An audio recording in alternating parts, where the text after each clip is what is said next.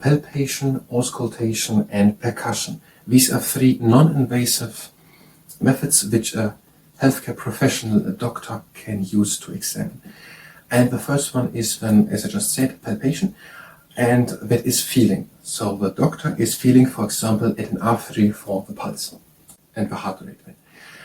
Or, for example, the next thing is when auscultation, that means through hearing.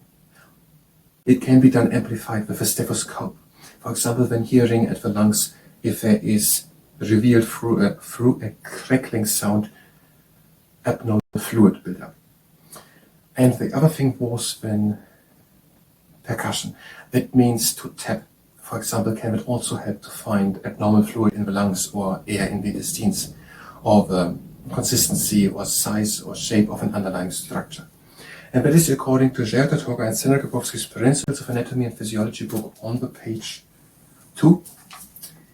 But this is no substitute for medical knowledge and also no medical advice, and the positions and views expressed are the ones of the source and don't necessarily align with my own or with the ones of the entity spoken.